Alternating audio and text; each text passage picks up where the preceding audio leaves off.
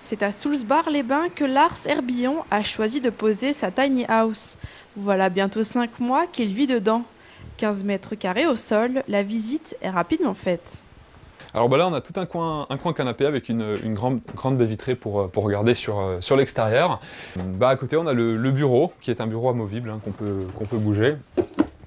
Et hop. Voilà, donc pour gagner de l'espace. On n'a pas vu la mezzanine, alors. Donc il faut être un peu souple. Et on dort ici. Sans oublier la cuisine et la salle de bain. Hormis les toilettes sèches qui devront être bientôt installées, cette petite maison est entièrement autonome. Ici, on a la récupération d'eau de pluie, donc qui nous permet d'être autonome en eau et en électricité. On a 300 litres pour la réserve d'eau de pluie. On a 4 panneaux photovoltaïques sur le toit qui permettent, à l'aide d'un système de batterie et d'un convertisseur, d'avoir du courant à 230 volts dans la maison et d'être vraiment complètement autonome, été comme hiver. Donc ça, c'est vraiment super.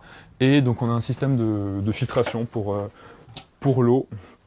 Donc tout le système qui est là avec une série de filtres et un surpresseur, voilà, pour avoir de la tension dans le réseau. Lars Herbillon a imaginé cette tiny house lorsqu'il était encore au lycée.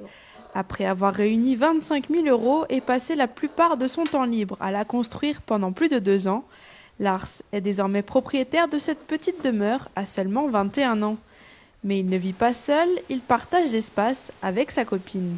On habitait tous les deux avant chez nos parents, dans une grande maison. Moi j'habitais dans une maison, elle faisait 280 mètres carrés, donc forcément il faut s'habituer à vivre dans un petit espace, même si au final tout s'est plutôt bien passé. Alors bien sûr il peut y avoir des moments où c'est un peu plus compliqué, mais bon, du coup il suffit d'aller faire un tour dehors où l'un va en bas, l'autre en haut, et puis c'est réglé, quoi. On n'a pas l'espace non plus pour accumuler trop de choses.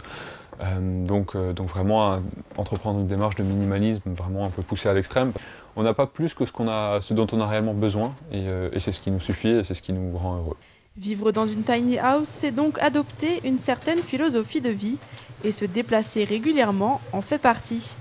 Lars et sa copine recherchent un propriétaire qui voudrait bien les accueillir sur leur terrain entre Colmar et Strasbourg. En attendant, leur petite demeure sera à découvrir la semaine prochaine sur le parvis du conseil départemental du Haut-Rhin à Colmar.